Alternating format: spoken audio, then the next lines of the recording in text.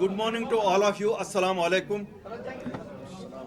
आज हमने सुबह सुबह आपको तकलीफ इसलिए दी है, एक बर्निंग इशू जो दोनों खितों में जम्मू और कश्मीर में हम इस वक्त फेस कर रहे हैं, वो है शॉर्टेज कंस्ट्रक्शन मटेरियल की, जिससे अब शॉर्टेज की वजह से इलीगल एक्सट्रैक्शन हो रही है हमारे दरियाओं में से भी और हमारे पहाड़ों में से भी। बदकिस्मती से वक्त की सरकार ने एक फ़ैसला लिया सुप्रीम कोर्ट के डिसीजन की आड़ में कि साहब ये जो माइनिंग हमारी होती है दरियाओं से या पहाड़ों से, इसे ऑक्शन के ज़रिए से दिया जाए। ऑक्शन किन हालात में किए गए आप सबको मालूम है। 5 अगस्त 2019 के बाद इंटरनेट क्लोज था। ये नेट पे नोटिस निकाली गई, उसमें चंद बड़े मगरमच्छ जो रियासत के बाहर से आए, जिसमें हमारे जो पुश्तैनी बाशिंदे यहाँ रियासत के थे उनको मौका नहीं दिया गया पार्टिसिपेट करने का। उन्हें ये ब्लॉक्स ऑक्शन पे दिए गए।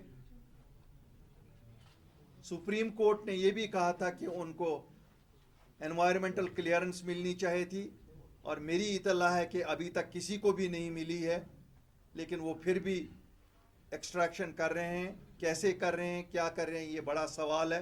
और आप देख रहे हैं जो रेत की गाड़ी 6,000 रुपये में मिलती थी, आज 18,000 रुपये में मिल रही है। सरकार का कोई भी फैसला जो होता है वो आवाम के फ़ायदे के लिए होना चाहिए था। 6,000 में अगर रेत बिक रही थी, ये 4,000 में उम्मीद थी हमारी, लेकिन आज 18,000 में बिक रही है। ब्लैक मार्केटिंग क्यों हो रही है? क्योंकि एक माफिया काम कर रहा है जिसमें लॉ एनफोर्समेंट एजेंसीज और वो मुतल्लिका महकमा भी इनके साथ मुलविस है। हमारे दो मसले हैं इसमें। एक, जो आउटसोर्सिंग की गई है, जो हमारे पुश्तैनी बाशिंदे हैं उनको नज़रअंदाज किया गया है। दूसरा, जो लोग इससे मुंसलिक हैं, चाहे वो मजदूर हैं जो रेत निकालते थे, चाहे वो किश्ती बांध थे, बड़े बड़े किश्तियाँ थी, या चाहे वो आपके टिपर वाले थे, चाहे ट्रैक्टर वाले थे, चाहे ऑटो वाले थे जो इसके साथ थे, तकरीबन 2-2.5-3 लाख लोग जम्मू और कश्मीर दोनों खितों में इनके साथ मुंसलिक थे, वो सब बेरोज़गार हो गए। कंस्ट्रक्शन एक्टिविटी जो इस वक्त कही जाती है साहब पीक पे है, आप देख रहे हैं हमारा एम्स बिल्कुल काम नहीं चल रहा है। बाकी हमारी जो चीज़ कंस्ट्रक्शन डेवलपमेंटल का सरकार कह रही है कि हमारा मेन ऑब्जेक्टिव इस वक्त है, उनकी डेवलपमेंटल एक्टिविटीज सफ़र कर रही हैं। क्यों सबको कहा जा रहा है कि रॉयल्टी पेड वाला मटेरियल इस्तेमाल करो, चूँकि अब रॉयल्टी ली नहीं जाती है।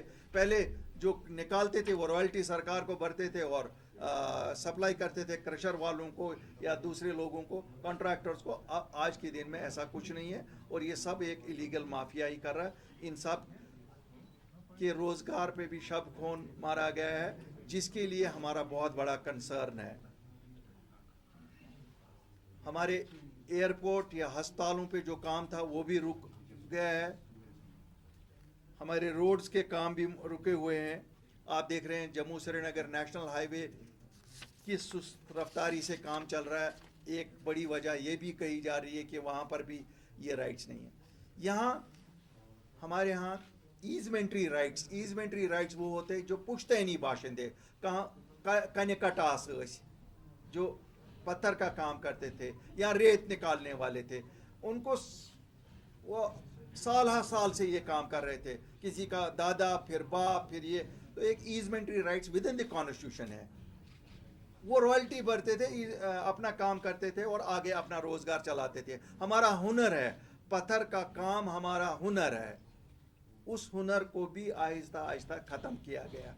तो हमारा मुतालबा है कि ईजमेंट्री राइट्स बहाल किए जाए। और एक फ़ैसला जो लास्ट ईयर जब हमने ये पहले भी उठाया था, तब हमने उस वक्त के एलजी साहब से बात की थी। उन्होंने एग्री किया था कि हम पंचायत को छोटे छोटे ब्लॉक्स दे देंगे ताकि पंचायत एक लोकल लेवल पे ये कर सके, अपना रिसोर्स भी जनरेट कर सकें, और लोकल लोग जो ये जिनकी एम्प्लॉयमेंट इससे हिट हो गई है वो भी अपना काम बहाल कर सके। लेकिन शुरुआत तो की गई थी, अमली तौर कुछ नहीं किया गया।